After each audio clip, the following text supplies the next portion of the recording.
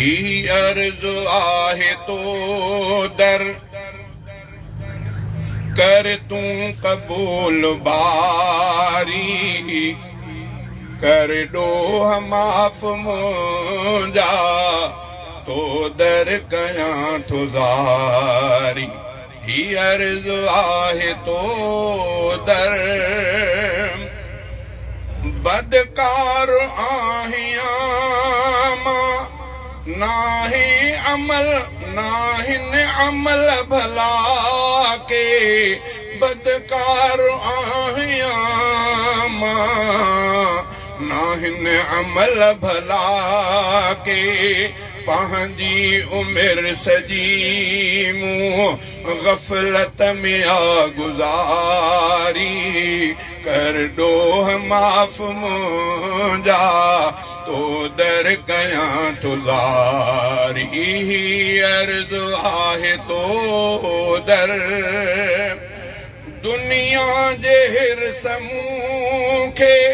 साईं कयो अकाबू दुनिया जे हिर्स मूंखे साईं कयो अकाबू बेशक मञा थो आहियां मां डोह जो डुहारी कर डोह माफ़ मुंहिंजा तो दर कयां थो ज़ारी ही अर्ज़ आहे तो दर सख़्ती क़बर जी आहे ॾाढी ॾुखी ख़ुदाया सख़्ती क़बर जी आहे ॾाढी ॾुखी ख़ुदाया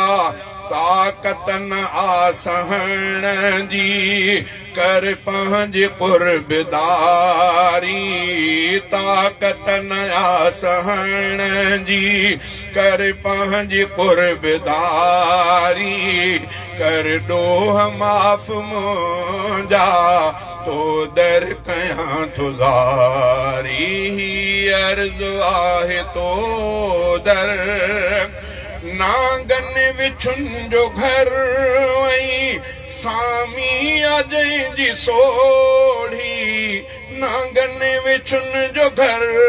वई सामी अजय जी सोढ़ी दंग ज़ोर सां हणनि था तुरबत अंदर कंधारी कर डोह माफ़ मुंहिंजा तो दर कयां थो ज़ारी ही अर्ज़ आहे तो दर कर तूं कबूल बारी कर डोह माफ़ मुंहिंजा तो दर कयां थो ज़ारी ख़ाइफ़ थियो जमाली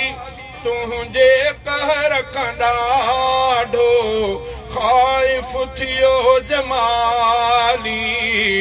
तुंहिंजे कहर खां ॾाढो आसान शम्स जी कर मंज़िल तू मोतवारी आसान शम्स जी कर मंज़िल तू मोतवारी कर डोह माफ़ मुंहिंजा तो दर कयां थो ज़ारी ही अर्ज़ आहे तो दर कर तूं कबूल बारी कर डोह माफ़ मुंहिंजा